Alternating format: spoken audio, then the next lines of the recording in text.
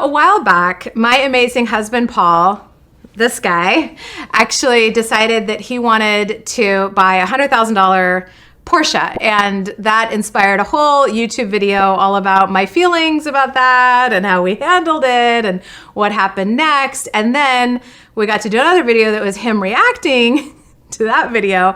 And since then, people have been like, more Paul. We want more Paul on the YouTube channel. No one's ever said that. Your videos are fine, Penelope, but we want to see more of Paul. And so I asked him if he'd be willing to do this video with me, and he said yes, because he loves me. Yay. So we put out questions to my Facebook friends and said, well, what do you want me and Paul to talk about? And so this is Penelope and Paul answer questions from the internet. So let's start with, how did we meet and how did you propose? Okay. Well, I think I can speak for both of us here that when we went into that highway rest stop restroom, neither of us was looking for something permanent. But sometimes you find that. Oh my God. Okay. And then.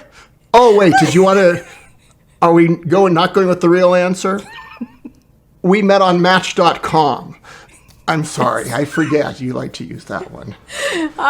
Yeah, we met on Match.com. I had done all these different, things to try to meet somebody. I asked my friends to set me up. I tried a matchmaking service. And as weird as online dating was and is, it did seem the best way to meet people who were interested in what I was interested in, which was a long-term relationship.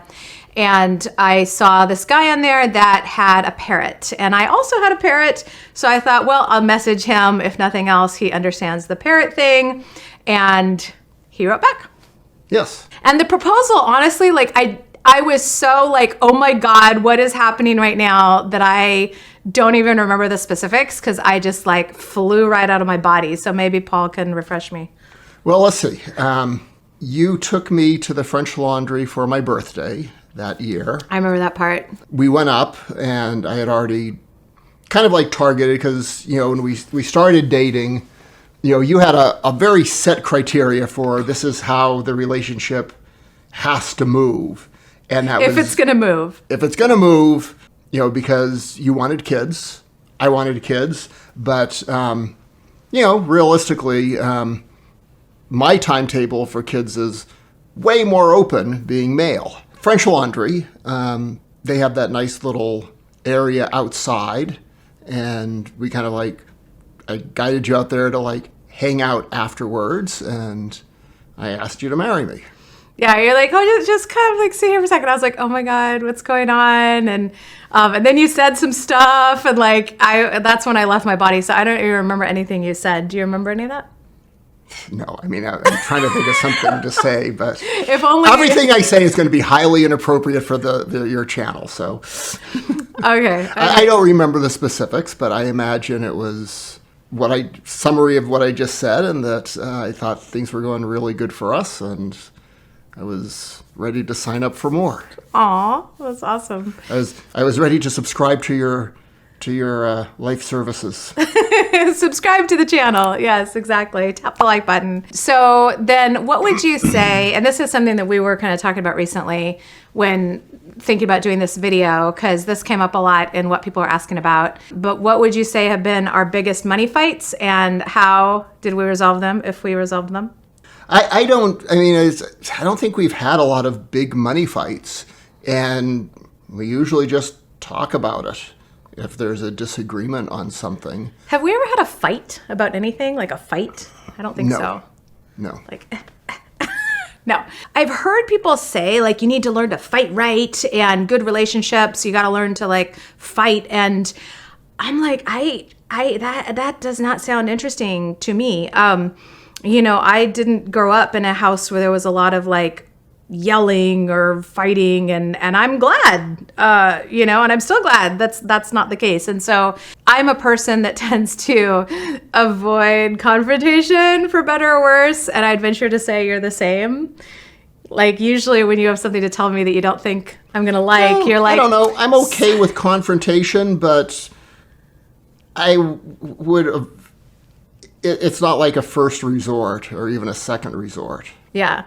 It's kind of like, I mean, for me, like I see conflict and I'm like, oh, okay, let's backpedal and see how we can resolve this. So usually when there's an issue or a disagreement with money, it's like, hey, I need to talk to you about something. I didn't like how you did this, or I want to spend $100,000 on a Porsche, or something like that. So I think I don't remember what happened, but there was one time where you were like, "Hey, I think we need to file separate tax returns." Do you remember what prompted that? When I looked at that, the only thing that I can recall thinking back was the amount of time it takes for you to get everything together, as where traditionally have always filed very early. So, basically February 1st is kind of like would be my target filing date in the past.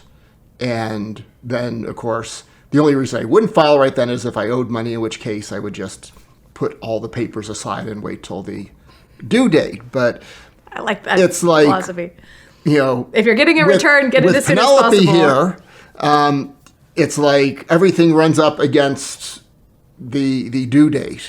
And so that annoyed me. Yeah. But I've adjusted to that. Well, and I've adjusted too. So this is a good one. So Paul, you like to err on the side of withholding more so that you don't owe any taxes and you're more likely to get a refund, right? Yes.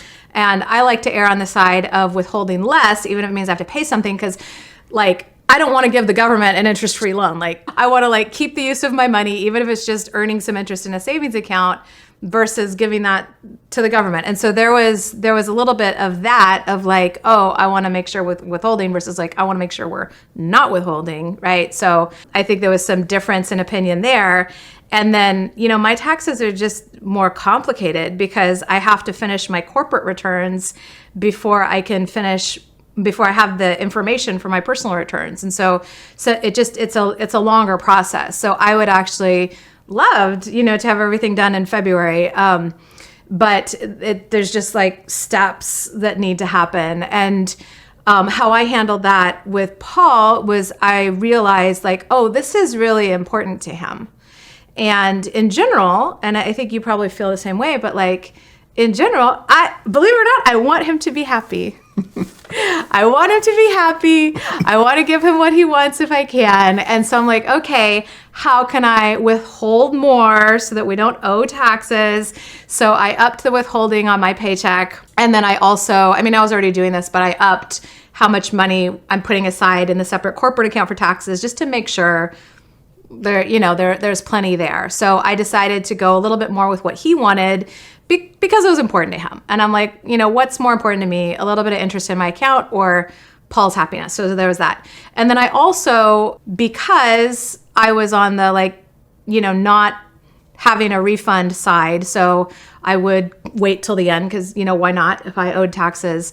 I decided, okay, we need to prioritize getting this done as soon as possible. So now I try to have the books closed out, as close to December 31st as I can so that I can get the corporate returns done then and so that we can get our personal done then. So I have tried to get that as fast as possible. And it's still not as fast as Paul would like because I have to wait till December 31st to get the final information to the bookkeeper, and then they have to do it, and then I have to review it, and then 1099s and all of that. But I have tried very hard to make that process smoother, and I hope you feel that. Yeah. Take some water here. Yeah, that's a good idea. This will be edited out, I assume, but if not, enjoy don't miss the water drinking scene. Yeah, the water drinking scene. I think we have to leave that in.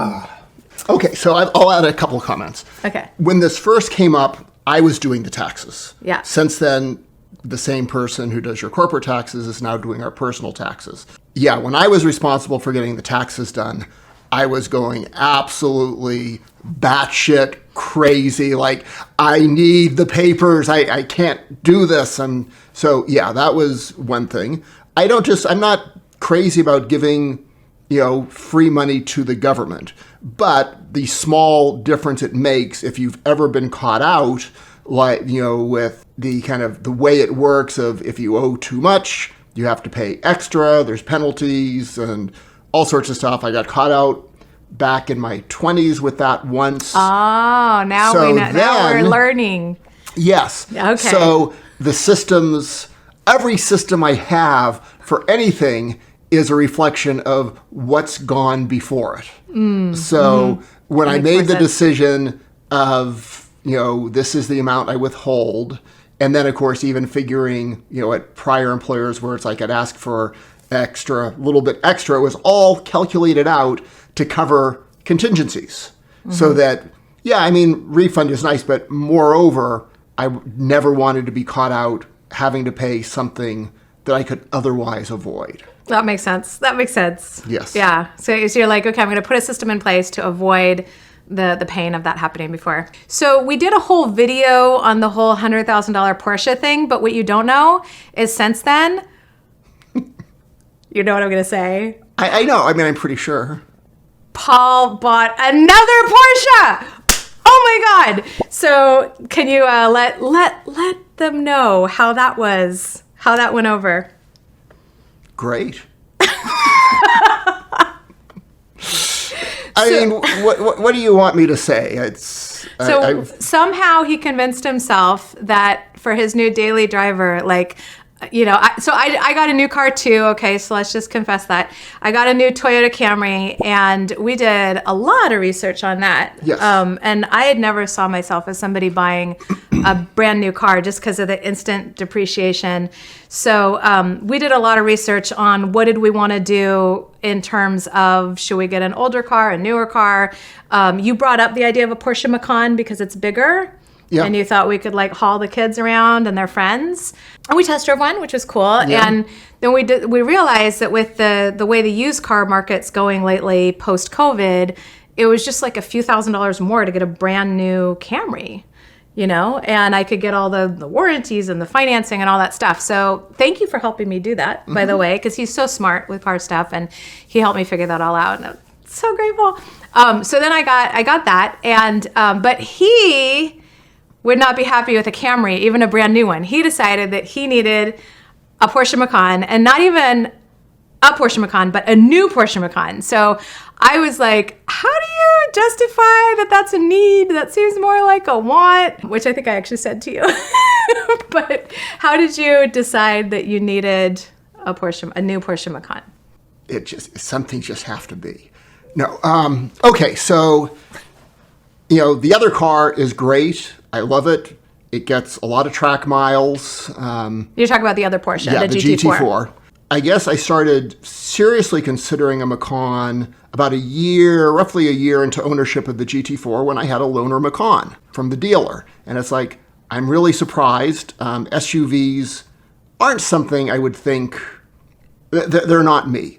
You sit high, they're kind of wallow back and forth, but even in the base Macan, it wasn't like that. It's like, I drove that and it's like, okay, this actually drives like a Porsche. I've got steering feel, I've got chassis feedback.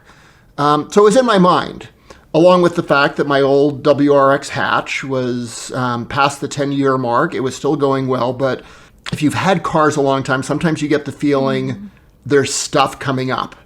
And, I was seeing a little bit of oil seepage around the head gaskets.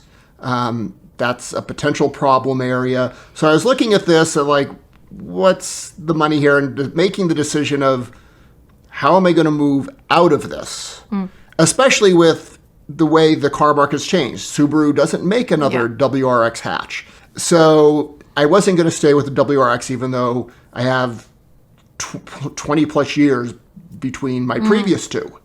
And it was a pretty small potential number of cars, and I kept gravitating to the Macan. And I didn't initially think a new Macan, because unlike the GT4, which at this point is still worth more according to the emails I get saying, we'll buy it from you, than I paid. But the Macan is going to depreciate. So why did I buy a new one? Well, I looked for a used one, but I'm buying a Porsche. It's got to have sports seats. it's got to have the sports chrono, and it's got to have a mechanical limited slip. And I also didn't want the air suspension because air suspension, it's not if it fails, it's when it fails. And that's expensive. So that meant I needed a Macan S, since I also did insist on the V6 as opposed to the 4-cylinder. Of course. But not the GTS. I like the GTS. It's wonderful, but I didn't want the air suspension. The problem is, as best I can tell after having searched for a while, no one's ever ordered an S, let alone has one for sale used or CPO, that has sports seat, sports chrono, and the mechanical limited slip that comes with as part of the, so you the torque vector. you couldn't find what you wanted. Exactly. Used. Okay. Yeah, that makes sense. So he got it. And so that's something that didn't make sense to me because he says all that air suspension, blah, blah. I'm like, why do you need that to go to Costco? Like, I don't understand. But he understands. And again, like, I want him to be happy. And so I'm like, okay, well, if that works out, then sure. And part of it is, we're in a place in our lives where we can handle it, right? It's not like him buying the Porsche Macan is going to make it so that like we don't have enough money to eat or we don't have a place to live or anything like that. And so I think like kind of a core underneath all of this is that I trust your judgment. Did you know that? I didn't. It might not seem like it at times, but I trust his judgment. And this is one of the reasons I married him. Shockingly, because I've done a lot of personal development, and one of the things I've done none. He has. He did EST way back in the day. So don't let him fool you. I didn't get anything out of any of it. Okay. Fair enough. But one of the things I came to in some of the workshops that I did is like I needed a partner whose judgment I trusted. And when I'm partnered with somebody whose judgment I trust, that is a very fulfilling and fun partnership. And when I don't trust the judgment of a partner, then that's probably not going to go so well. So ultimately, there might be like specific things where I'm like, well, that's not the choice that I would make. And I kind of wish we weren't making it, but we're good. We're good. So I think that we both have situations where there's things I spend money on that he's like, oh my God, like I would never do that. Like what's an example of something I spend money on where you're like, no, I would never do that. Some of the seminars you've signed up for. So many seminars. That's the first thing that springs to mind. I'm sure there's others, but overall, it's a similar thing. Yeah. I trust your judgment. You're not. I don't think either of us are anxious to throw money around and do stuff like that. I've spent a huge amount of money on cars now the last couple of years, but if you compare the amount I spent in the previous 30 years, it's and probably that I'm going to spend in the next 30 years now that I've spent this money, that's how it goes. How much would you say you've spent on Porsches in your life? Are we just the purchase price of the car. The purchase price. Not the upkeep and the tires. Okay, so like little did I know when I married him. No, actually he was very clear. He's like, if you marry me, then you have to know that there will be tires in the budget like that. He told me that. Yeah, so it's a big line item. Going in with my eyes open that we have to buy tires all the time, or whenever we have to buy tires, we have to buy tires. That's not considered a want. That's considered a need in our household, right? Yes. So, So how much would you say you've spent on Porsches? Well, in the last few years, I've spent over $200K. Okay, $200,000 in Porsches. In just between those two. But before that, the 911 I had for 25 years. I bought for a little under $20,000. After taxes and fees, it might have been around 20 or just over that. Sold it for more than 3 times I bought it. Love that. So somewhere north of $250,000.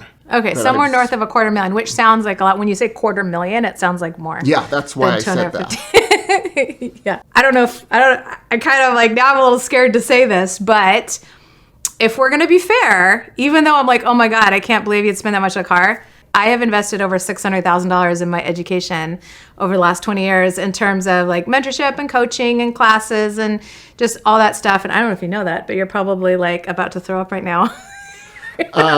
I mean, I've done a lot of classes, but I've always had my employer pay for them. Oh, your employer. See, But you are your employer. My employer does pay for my business training. That's true. So, so you still love me? Yeah. Okay. Next question. How do you think differently about money, and how do you navigate those differences? I think more erotically about money. What does that mean? I don't know. You're like, oh, money. Do we need to go like get a bathtub full of cash? Is that an option? That's always an option. Coins. Oh, okay. I don't know. Do we think differently about money? I don't know if we've ever really specifically talked about how we think about money. So I'll go first, and you can watch for the look of utter disgust and despair across her face as I explain what I think about money. All right. Money is just a means to an end. You know, there's nothing great about it itself. It's either paper or coins or some vague number on your computer screen.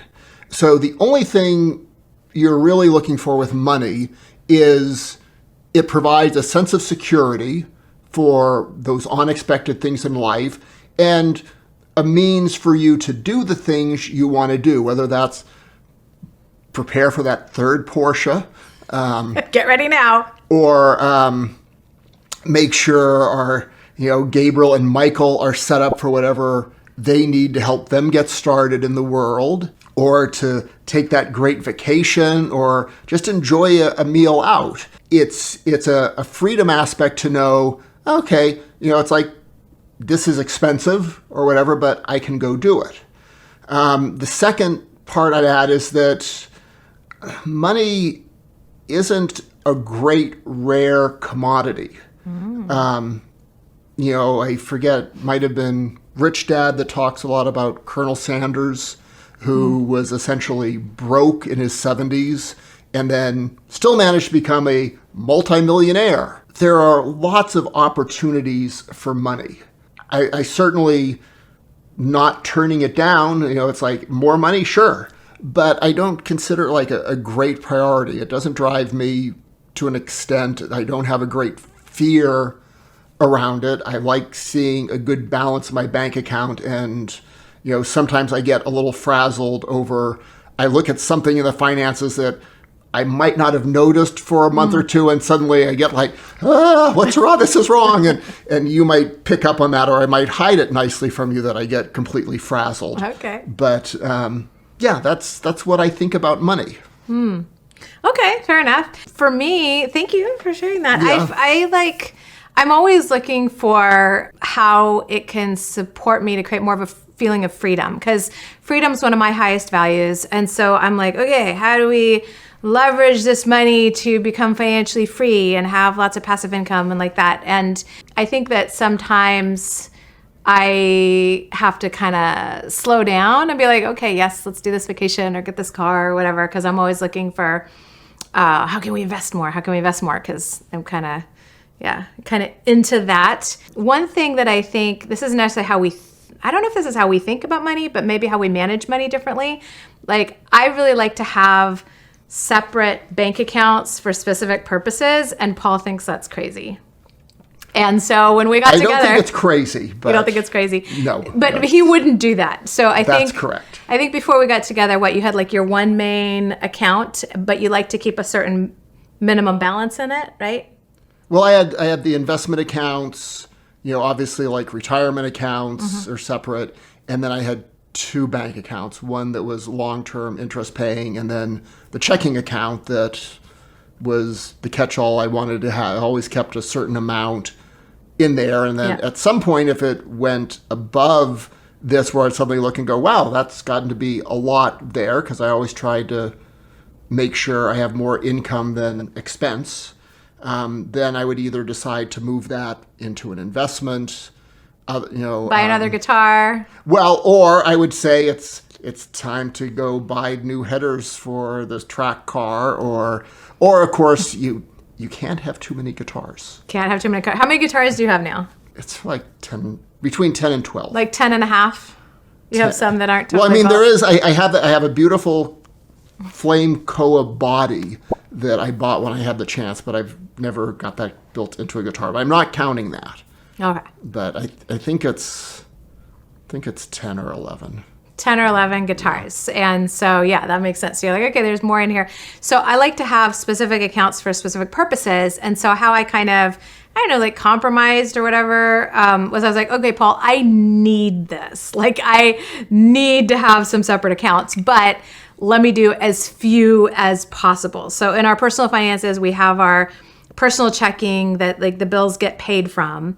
And then we have our contingency fund / emergency fund. That's like our cash cushion in case, life's emergencies, vet bills or hospital bills or Peter Gabriel tickets go on sale.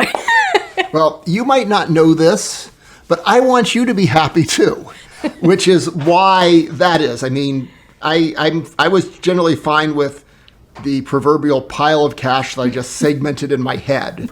You like to have segmented into multiple piles. Yes, I do. So thank you. And so that was him being like, okay, like I want you to be happy. And I really appreciate that concession because one of the things that I love now about how we handle our finances is we have a separate account that is non-monthly expenses. So things that we know how much they are, but they're not necessarily due every month, like property taxes or car insurance or these things. And so Paul will be like, oh, we need, $3,000 for the property tax. I'll be like, great, it's just transfer it from the account. So that just makes it easy because it's sitting there and it's not going to accidentally get spent on something else. So I really, really love that. And then we also have a long-term savings for something account. And because of things like we don't know when Peter Gabriel tickets are going on sale. Now I like to have $1,000 buffer in that account that is like, if concert tickets go on sale, the money's there. And that way we're not like blowing our budget because we didn't realize those tickets are going on sale. Those can add up, right? Like how much are Peter Gabriel tickets? Like $400 each or something? Yeah, tickets are getting ridiculously expensive. Yeah, so I like having that buffer in there. And then if we're saving up for something specific or I'm parking money there to go on to a different investment, then that's also not going to get spent on something else. So that clear delineation really helps me. I don't think you care, but I'm really happy that you let me do it. How are you raising your sons with wealth consciousness? Mostly not. We just throw loose change at them every now and then. We pretty much just give them whatever they want, whenever they want it. That's not entire. I mean, I think it's come into focus more in the last year, but the caveat around this, the timing of the pandemic came about right about the time we were realizing Gabriel was autistic. And so we're really, in terms of that slowed down getting help for him with communication and things. So I think we're still kind of recovering as parents, trying to put things on track with more basic things like really helping with boundaries. And we're making progress on those. But, obviously money is something we'd like to have started earlier, but it's really come in the last probably 6 months.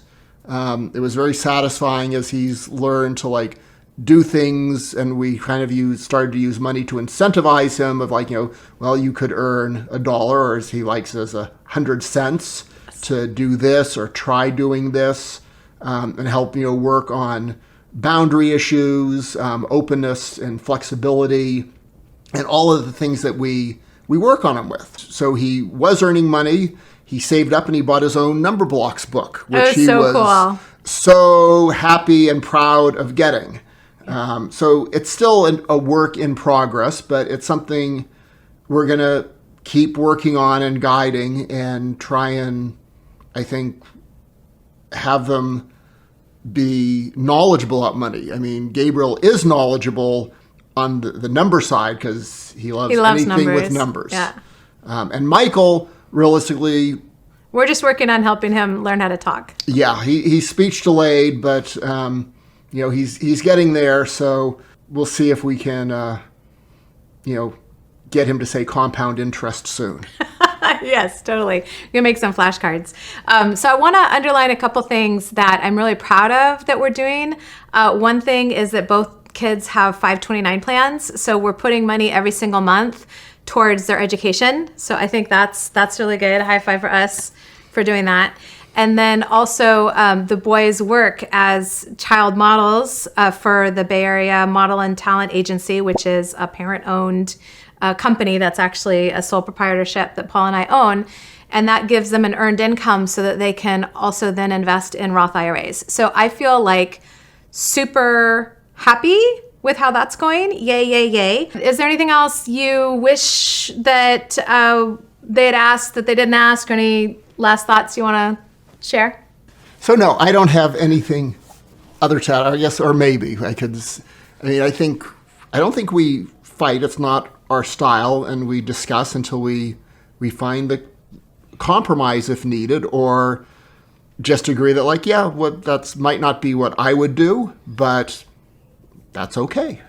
Yeah, and I think that comes down because we have that foundation of love and respect, and at the end of the day, if there's something that he really wants, if okay, if there's something I really want, okay, we do our best to say yes to each other, and I think that's working pretty well. Oh.